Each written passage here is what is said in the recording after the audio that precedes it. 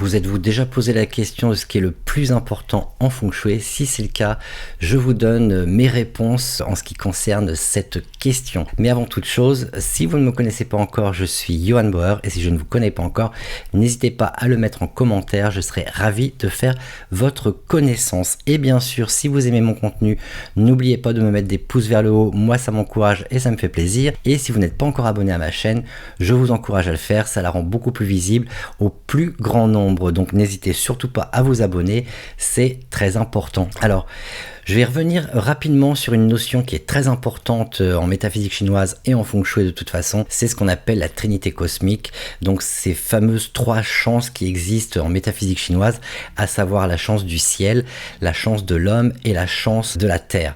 Qu'est-ce qu'on entend par la chance du ciel? C'est notre destinée, c'est ce avec quoi nous arrivons au monde. Qu'est-ce qu'on entend par la chance de l'homme? C'est ni plus ni moins vos actions, c'est ce que vous mettez en place, c'est ce que vous mettez en route, c'est la façon dont vous allez mener votre vie grosso modo et les décisions que vous prenez bien entendu par rapport à cela. Et qu'est-ce qu'on entend par la chance terrestre ou la chance de la terre? C'est justement le Feng Shui. C'est la façon dont votre habitation va être implantée dans son environnement et les effets de cet environnement sur votre habitation et donc par ricochet sur votre vie bien entendu. Alors la première chose très importante pour répondre à la question initiale de cette émission, la première chose super importante, ça va être l'environnement naturel.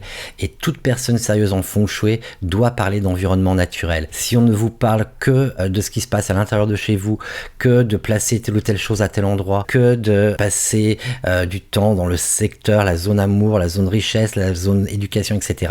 Ce n'est pas du Feng Shui. Je refais cette petite vidéo en fait pour toutes les nouvelles abonnés, tous les nouveaux abonnés qui sont éventuellement débutants dans cette discipline et qui ont envie d'apprendre ce qu'est réellement le Feng Shui. Évidemment, nous ne parlons pas de ces fameuses zones abondance, richesse, etc.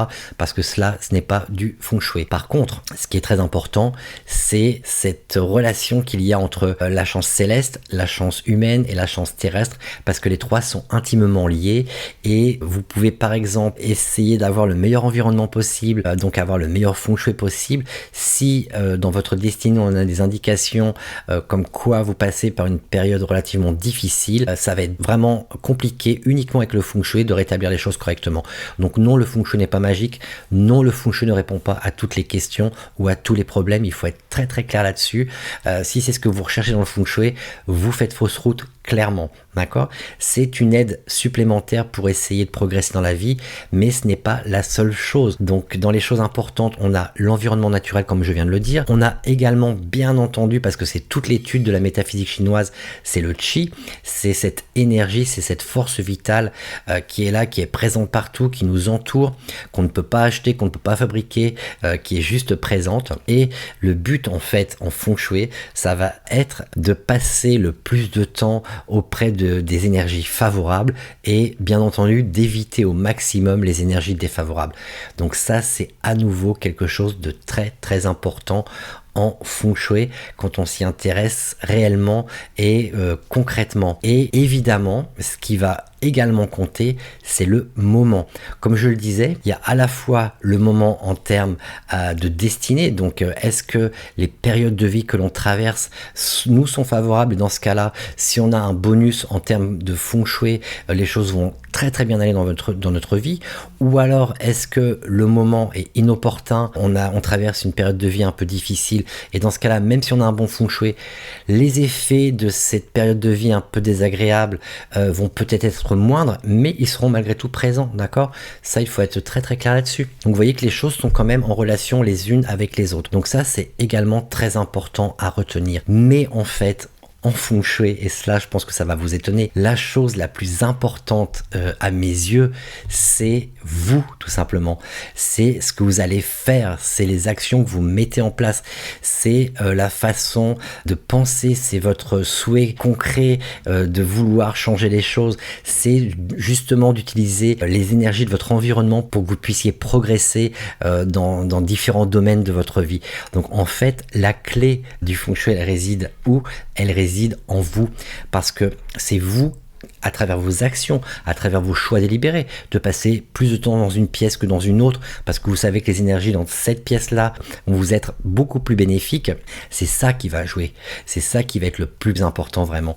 Donc la chose la plus importante de mon point de vue en feng shui, c'est vous. Alors bien entendu, l'environnement naturel est hyper important, il n'y a pas à dire, parce que d'abord trouver la bonne habitation dans le bon environnement, ça c'est la première étape, mais la deuxième étape et la chose, ou le deuxième facteur le plus important, c'est tout simplement vous et ce que vous allez décider de faire, d'être en contact avec tel ou tel type d'énergie, et surtout à quel moment, parce que vraiment la clé du succès en feng shui, c'est être au bon endroit, au bon moment.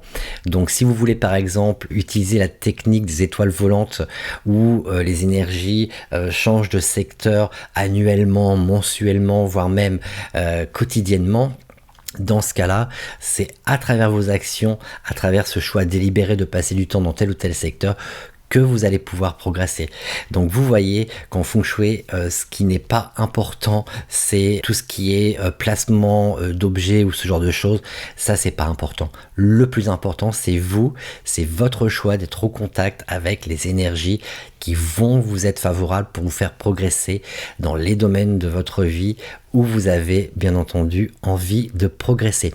Donc voilà, je voulais juste faire cette petite vidéo pour bien vous expliquer cela, parce que je pense que si vous comprenez réellement comment les choses fonctionnent en feng shui, dans ce cas-là, vous allez voir que vous pourrez avoir des résultats de façon beaucoup plus rapide, beaucoup plus concrète. Donc là, je voulais juste faire cette petite émission pour revenir sur ces points essentiels. Alors c'était la dernière émission estivale et je vous retrouve à partir de jeudi prochain, le 2 septembre 2021 à 19 h pour nos émissions en direct.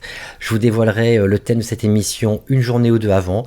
Donc j'espère vous retrouver nombreuses et nombreux pour cette première émission en direct à nouveau après cette longue pause estivale. Je serais ravi de vous retrouver en tous les cas et de pouvoir échanger directement avec vous.